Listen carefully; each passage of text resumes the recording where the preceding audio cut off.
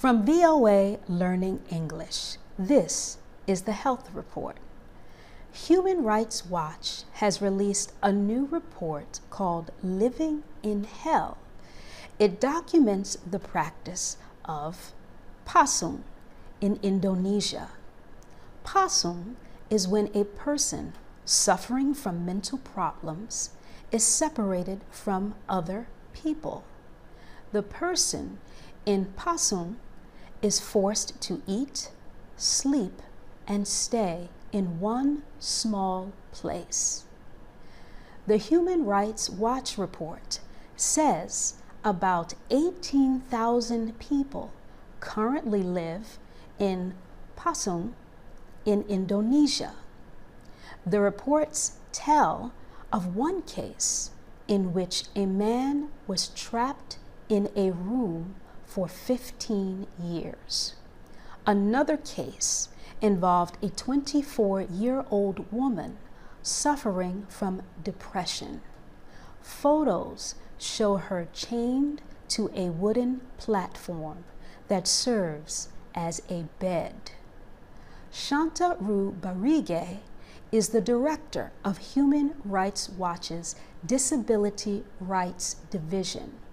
She says the organization has documented abuse of the mentally sick in many countries. She says mental health problems are often misunderstood. People in Indonesia and other countries do not see mental disorders as medical conditions, she says. Instead, many believe evil spirits cause mental sickness. As a result, people often seek cures from spiritual healers or through prayer. Indonesia banned the practice of pasung almost 40 years ago. However, Barige says the government has not done enough to end pasung. Human Rights Watch is calling on Indonesia to enforce the ban. It also says the government should establish a community-based mental health care system. For VOA Learning English, I'm Nikki Strong.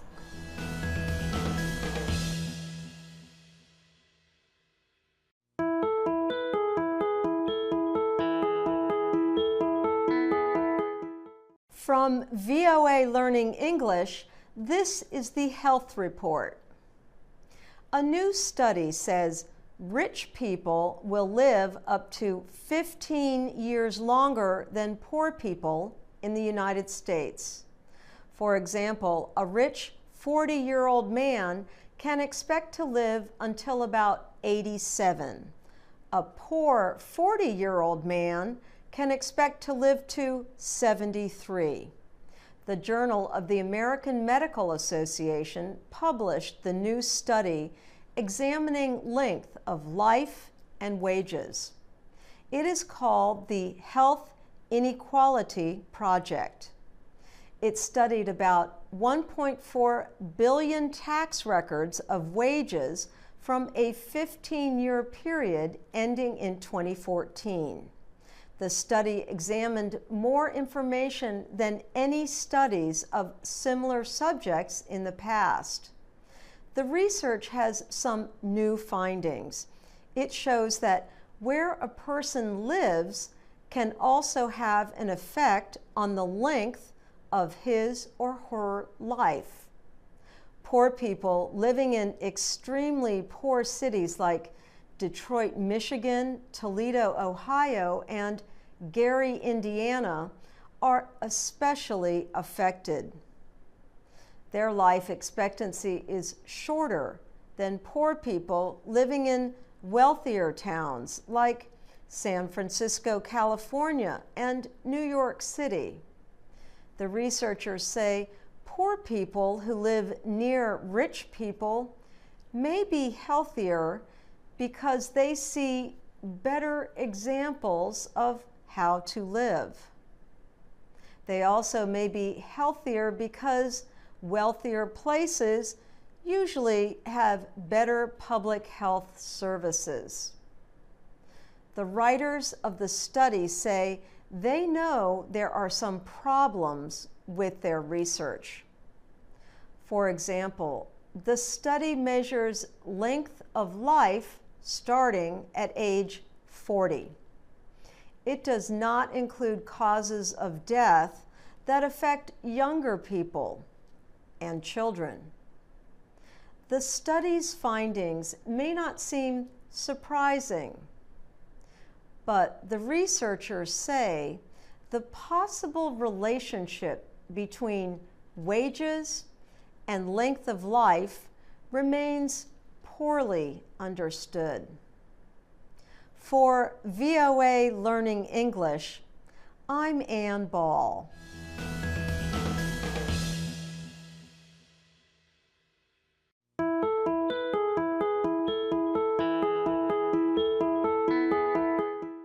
From VOA Learning English, this is the Health Report. In the Saudi city of Jeddah, a group of athletes is urging women and girls to get out of their homes. The basketball players suggest that the women become active in public life. The group's members say they can do this by connecting sports to health issues. All of the players are women. Saudi Arabia is one of the richest countries in the Middle East. In many ways, it is very modern in terms of public health services and transportation. But activists say the country has a long way to go on women's rights. At an event in Jeddah for disabled boys and girls, female basketball players say that women's sports are becoming more popular.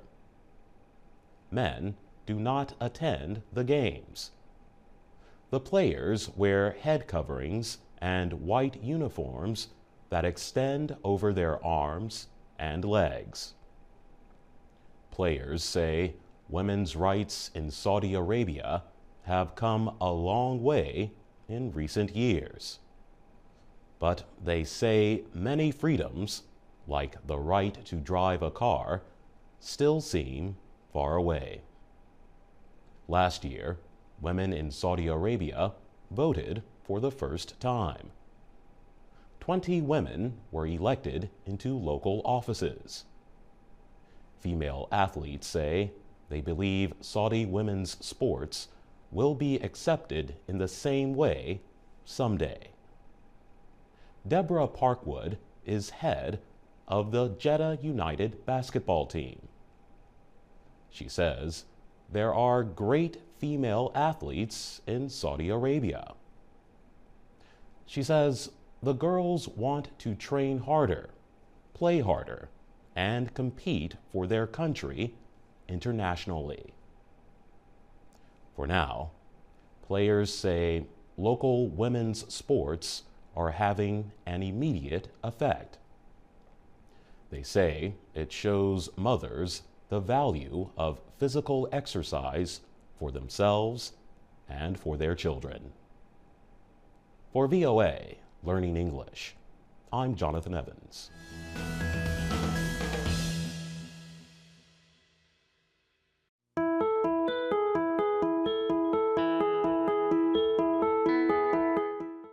From VOA Learning English, this is the Health Report.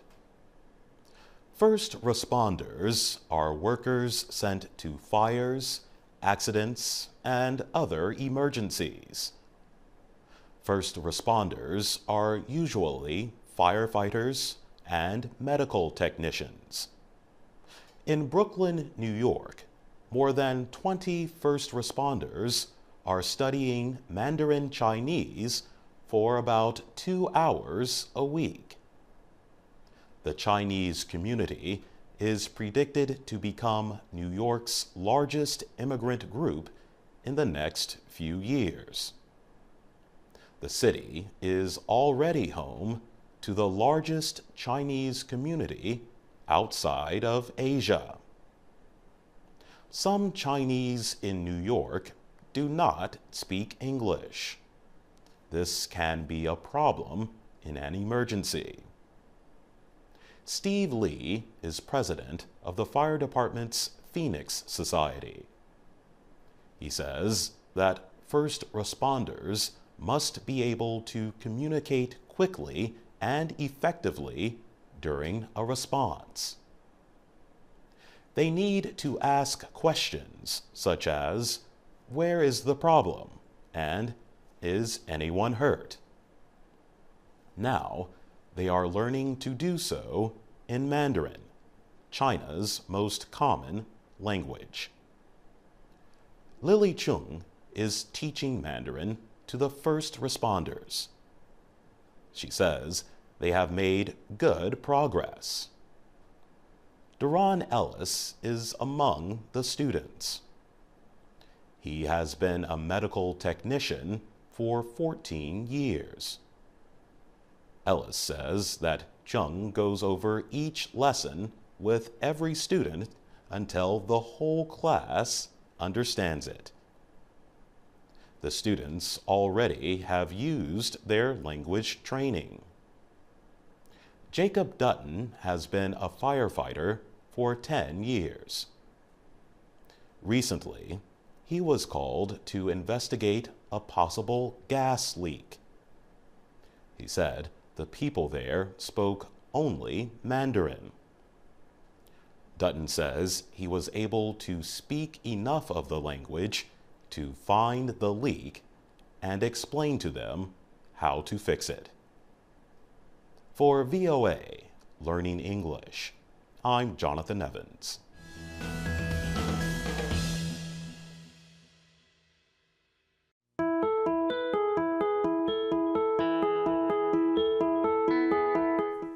From VOA Learning English, this is the Health Report. Have you ever had trouble sleeping in a new place? Well, lots of people do. And now, researchers from Brown University in Rhode Island think they know the reason. They found that 1/2 of the brain remains more awake when people sleep in a new place. The researchers say the brain is watching for possible danger in a place that is not well known.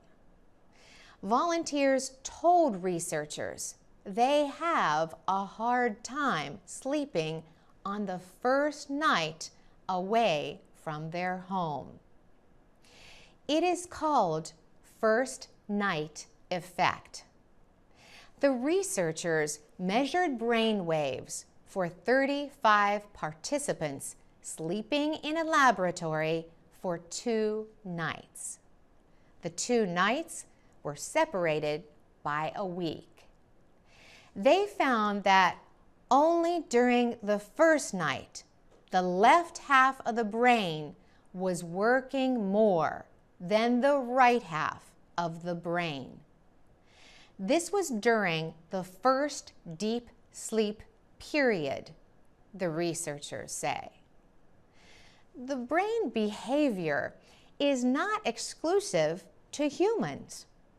Ocean mammals and even some birds can have similar difficulties with sleeping. Yuka Suzaki, one of the report's authors, says a lot of questions remain unanswered. Researchers did not measure brain waves all night long, so they don't know if the left half stays alert without rest throughout the night. They also do not know why the alert half of the brain, at least during the first period of deep sleep is always on the left side. Some people may be happy to know their brains are looking for danger as they sleep. But that extra brain work may prevent a healthy night's rest. For VOA Learning English, I'm Carolyn Presutti.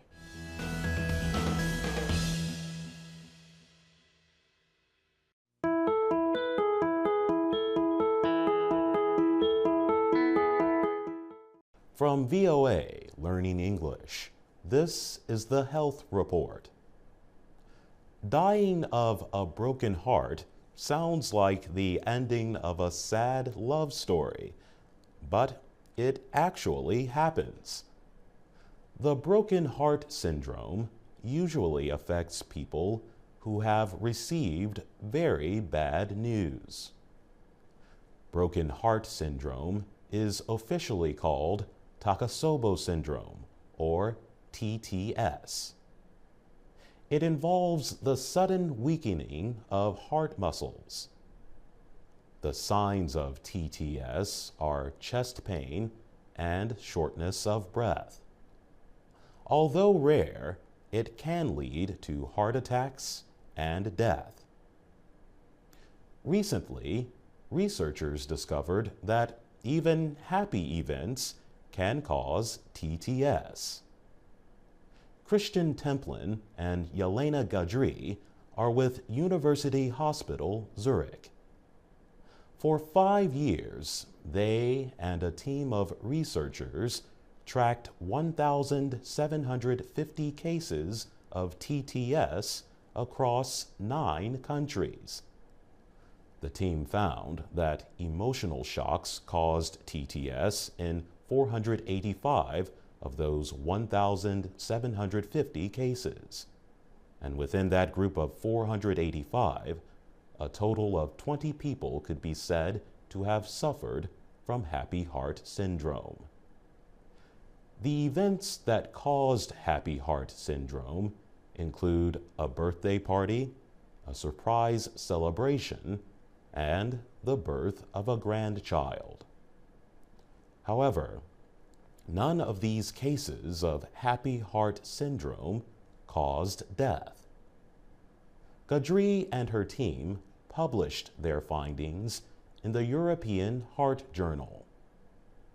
They found that TTS affects mostly women. About 95% of the patients in both the broken heart and happy heart groups are women. Happy and sad life events are, of course, very different.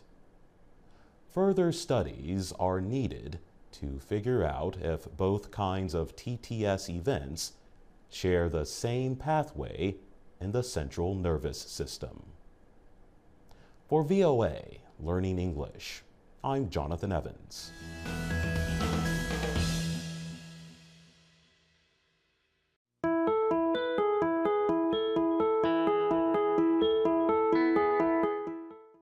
From VOA Learning English, this is the Health Report. A top health expert warns that the world needs to deal with what he calls the first Ebola epidemic the world has known. Tom Frieden, director of the U.S. Centers for Disease Control, spoke to reporters at the CDC headquarters in Atlanta, Georgia. He warned that the Ebola outbreak in West Africa could spread widely. He said a huge global effort is needed to contain the disease. Dr. Frieden just returned from a visit to the most affected countries, Sierra Leone, Guinea, and Liberia. He said Ebola cases continue to increase quickly, even though healthcare workers are working extremely hard against the spread. News reports say the number of cases is more than 5,000. Dr. Frieden warned that there is a window of opportunity to stop Ebola, but he added that window is closing. The CDC chief said the Ebola virus is spreading in 2 ways, from patients to caregivers and through unsafe treatment of the dead. Dr. Frieden warned that each day's delay in dealing with the Ebola spread makes it more difficult to stop. The CDC director said resources, technical experts, and a worldwide organized and unified plan are needed. He said Ebola is not only an African problem, but a world problem. U.S. health officials have announced an agreement with a California-based drug maker, MAP Biopharmaceuticals. The deal calls for the company to speed development of the experimental Ebola medicine ZMapp. ZMapp has not been tested on humans, but 2 American medical missionaries who had Ebola were treated with the drug and recovered. For VOA Learning English, I'm Laurel Bowman.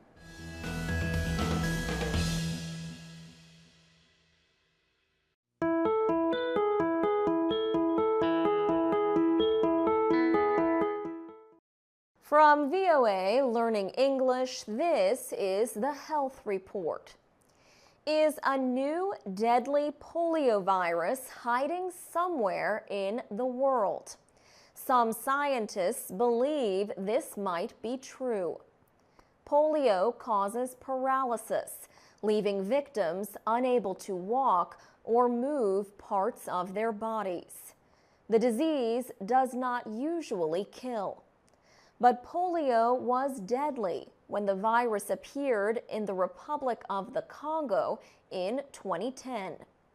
Nearly half of the 445 people who were infected died.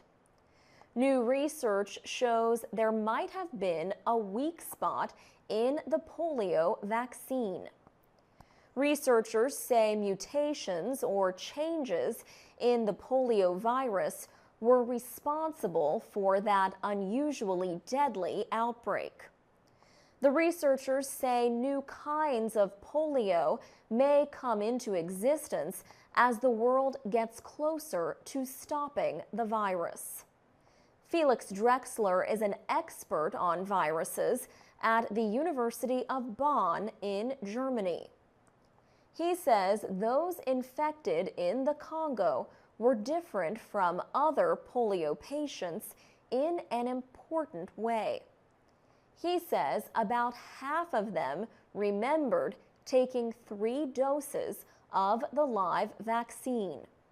He says they should not have gotten sick as a result. Mr. Drexler and other researchers studied that polio virus. They found it had some never-before-seen mutations. These changes prevented disease-fighting antibodies from attacking the virus. The Republic of the Congo had been polio-free before the 2010 outbreak. It ended after 4 nationwide vaccination campaigns. Experts say the worldwide end of polio is near. There have been fewer than 150 cases this year. Walt Orenstein is with the Emory Vaccine Center in the United States. He says health workers need to kill the virus in the last few areas where it remains. Then, he says, talk about mutant strains or stronger vaccines would be unnecessary. For VOA Learning English, I'm Alex Villarreal.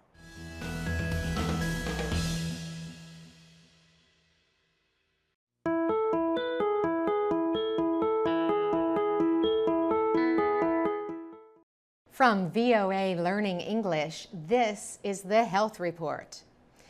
Is chocolate good for our health, or does it just taste good?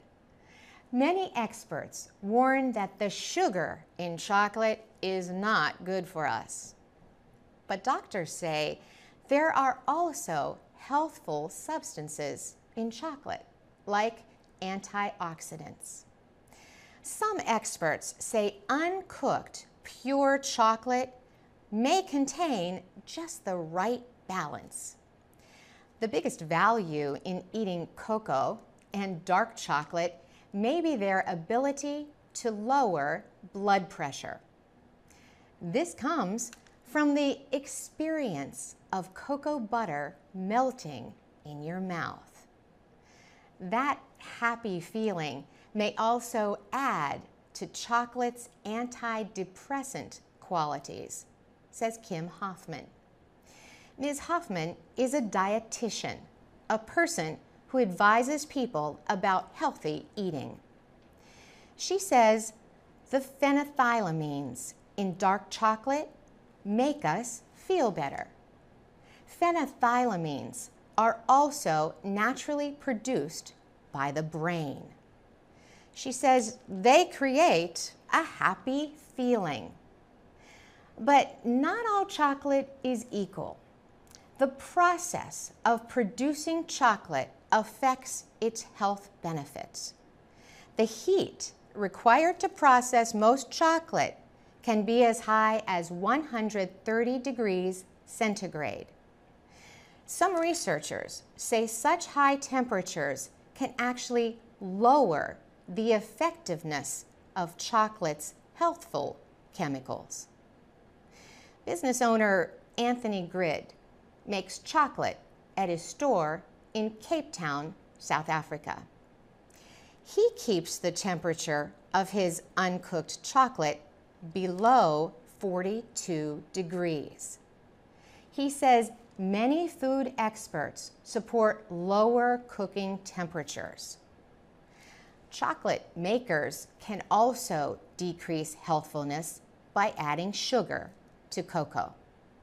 That reduces the amount of the antioxidant polyphenol in cocoa. And as food science writer Leonie Jobert notes, sugar is connected to weight-related disease. For VOA Learning English, I'm Carolyn Prasuti.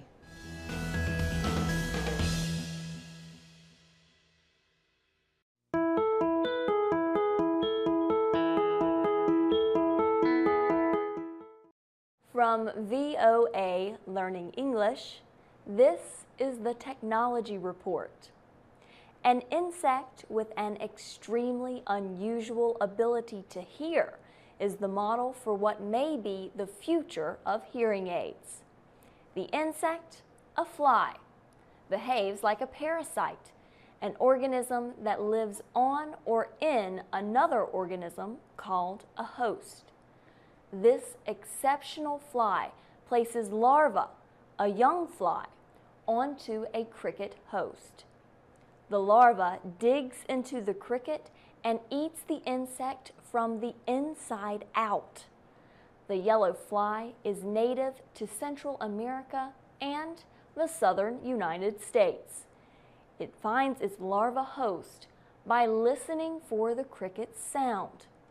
The fly's strong sense of hearing can direct it to a cricket even 100 meters away. But the insect's ears are just 2 millimeters apart. That is so close that sound should reach each ear at almost the same moment. This would make it difficult to find where a sound came from. But the fly also has a tiny structure between its ears that creates pressure to slow down the sound waves. This permits the fly to identify where the sound came from. Neil Hall is a sound engineer at the University of Texas. He and his team of researchers created an electronic hearing device. The team made a silicon copy of the fly's ear structures. They used materials that can turn mechanical pressure into electricity. The device requires little power as a result. This means it would be less costly to use. Mr. Hall says the device could improve hearing aids in the future. He says it also could have military and defense uses. But he says more research and development work is required. In July, the journal Applied Physics Letters published a report about the University of Texas research. For VOA Learning English, I'm Carla Babb.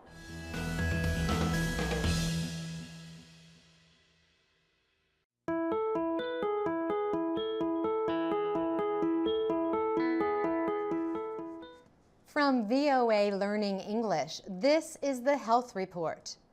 The United Nations Children's Fund is praising Ethiopia for reaching one of the Millennium Development Goals.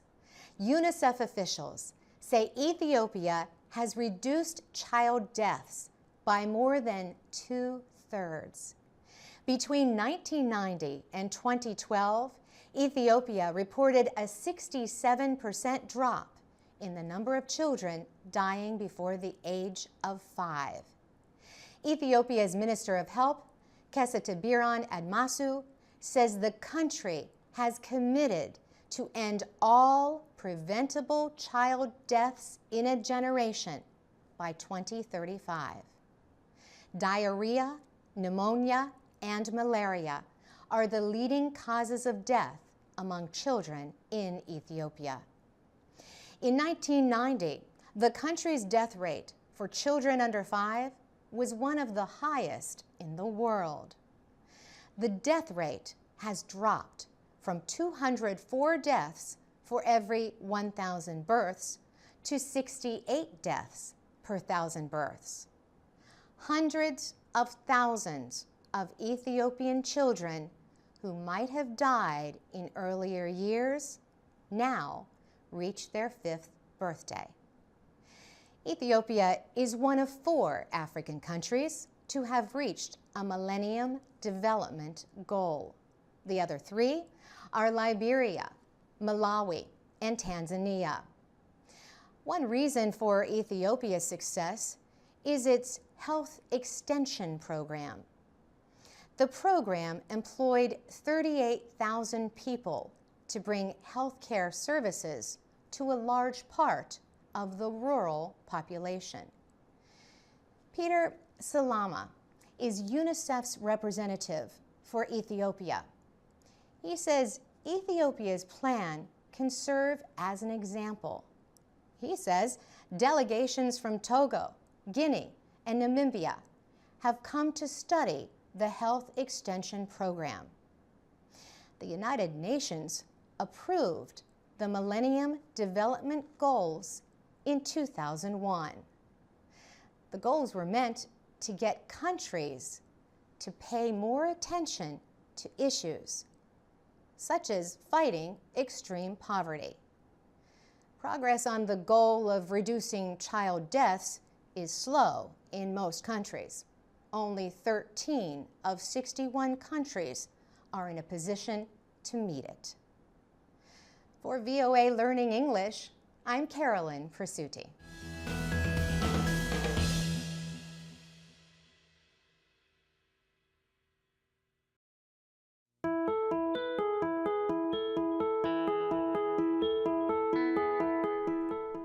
From VOA Learning English, this is the Health Report. Japan and Germany have the world's oldest populations, but neither country has enough trained healthcare workers to meet the needs of older adults. Now they are turning to Vietnam for help. This month, 100 young Vietnamese are going to Germany as part of a project to train what are called geriatric nurses to work in the European country. The trainees recently completed a 6-month language and culture class in Hanoi. They will spend the next 2 years in an occupational training program. If the trainees pass the final exam, they will be able to work in Germany as geriatric nurses for another 3 years. Germany is facing a crisis as low birth rates combine with a growing population of citizens who are living longer. About 20% of the population is over age 65, and that percentage is expected to continue rising. This is a problem that Japan also faces. Later this year, 150 Vietnamese candidates will go to Japan for 2 years of training at the country's hospitals. After that, they are expected to take the national nursing exam. Japan already trains nurses from the Philippines and Indonesia, but the healthcare system has been criticized for being too restrictive. All candidates must take the same exam, but it is very difficult for foreign applicants because few can speak the Japanese language. Many Japanese are opposed to foreigners working in some industries. Critics say foreign labor could lead to higher unemployment. But there is little opposition to foreign nurses. In Vietnam, there are not enough jobs for everyone who wants one. Most children are expected to care for their aging parents when they get old. For VOA Learning English, I'm Alex Villarreal.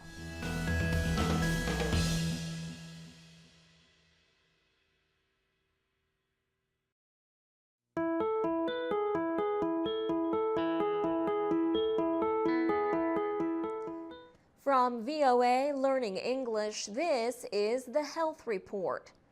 Scientists are working on ways to stop a disease that threatens 1/5 of the world's population. Over 120 million people are infected with lymphatic filariasis, also known as elephantiasis. The disease is found mainly in Southeast Asia and Africa. It affects the lymphatic system, which is a major part of the body's natural defenses for fighting disease. Elephantiasis can cause swelling or enlargement of skin and tissue. The cause is a tiny worm that enters and lives in lymphatic tubes for 6 to 8 years. Scientists say they have been able to demonstrate that the most common cause of elephantiasis can be stopped. They are urging those at risk to sleep under nets treated with chemicals that kill a common insect, the mosquito. Lisa Reimer teaches at the Liverpool School of Tropical Medicine. She formerly served in Papua New Guinea as part of a team studying the disease. The team involved researchers from Papua New Guinea, Britain, Australia, and the United States. Dr. Reimer says she was surprised at how effective anti-malaria bed nets covered with insecticide could be at fighting the disease. Doctors normally use drugs to fight the disease. Lisa Reimer says doctors in Papua New Guinea gave the drugs to people in 5 villages. She says this treatment nearly ended the threat from the worm to humans. But the drugs did not stop the threat from mosquitoes. The treated nets block female mosquitoes from securing blood, which they need to reproduce. The World Health Organization has set a goal of stopping lymphatic filariasis as a public health problem by the year 2020. For VOA Learning English, I'm Alex Villarreal.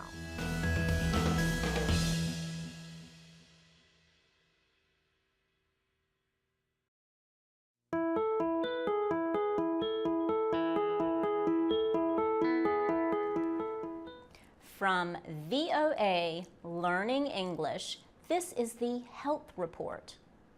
The World Health Organization says everyone should have a right to the health care services they need without risking financial ruin.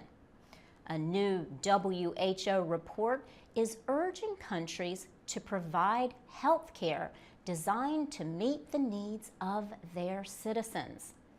In 2005, all 194 members of the World Health Organization set a goal of providing universal health coverage. But very few countries have reached that target.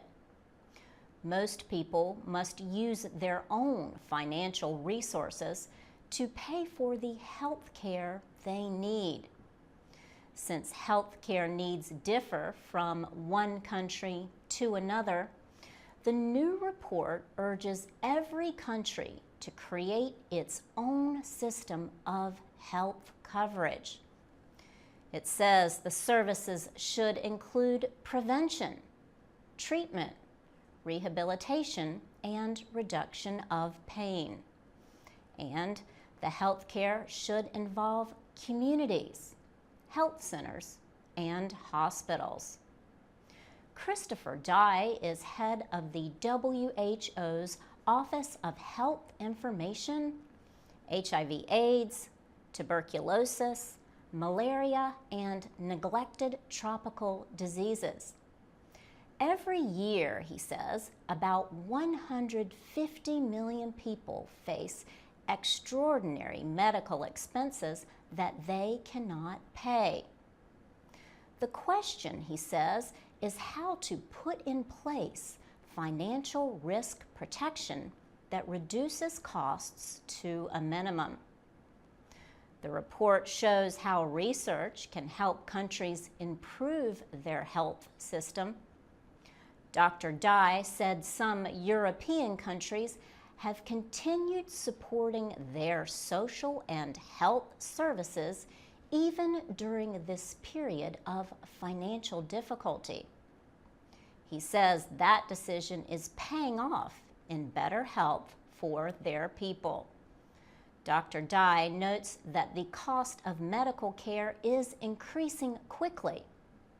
Because of that, he says, governments must work harder to keep costs under control. For VOA Learning English, I'm Laurel Bowman.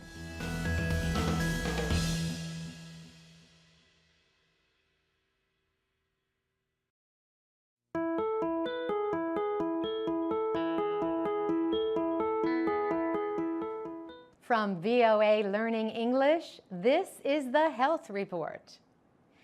A new study has found evidence of aggressive behavior in children who drink 4 or more servings of soft drinks every day. Information for the study came from the mothers of 3,000 5-year-olds. Researchers asked the women to keep a record of how many servings of soft drinks their children drank over a 2-month period. The women also were asked to complete a checklist of their children's behavior. The researchers found that 43% of the boys and girls drank at least one daily serving of soda. 4% of the youngsters had 4 or more sodas to drink every day. Shakira Sulia is with Columbia University's Mailman School of Public Health in New York City.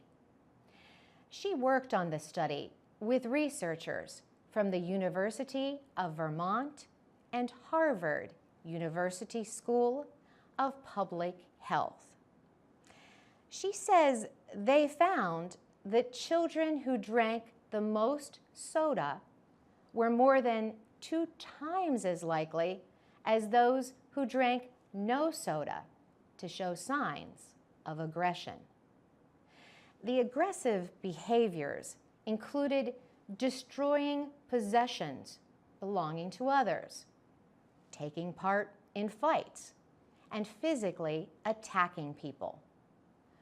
Dr. Sulia says the researchers identified the link after they considered socio-demographic factors, like the child's age and sex.